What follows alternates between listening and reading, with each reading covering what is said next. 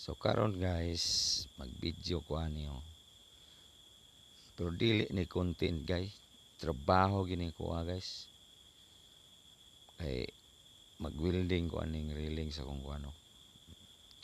Kuha ko ning handle nga original aron ingnon ko nuhay ko nga welder. Pero di ko kabalo mo welding guys. Ako lang gini gi-welding kay aron naapo ko trabaho ba.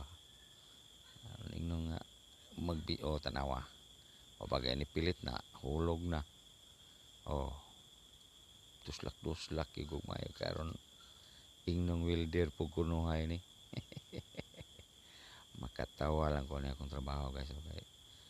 Kusog pang siga sa kuan bot ni pilit baka na o unsa. Pero pilit siguro. Amot lag di baka na mga tagak inig kuan o da. Baga lagi. Di baka na matagak inigdagan aning akong body.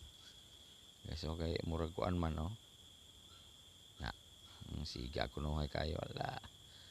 Duslak yung kuno karon ingnong welder pero dili ba ni content guys. Kuan lang ni ako lang ning video kay akong i-post. Kay wa man ko lingaw. Kada trabaho na ko guys ako agi ning i-post. I-video na ko kay aron apoy makita ba nga aron makaingon pud mo nga kabalo na milit na. Kusog pa mo pilit ang rad kontra siga. Di ko katuwa ning nipilit ni kayo. Bisag ako katrabaho guys, murag di gini pilit siguro. Ambot lang gikani nigdagan og di ba ni malangkat na pud. Katawa lang lagi ko ani akong trabaho guys.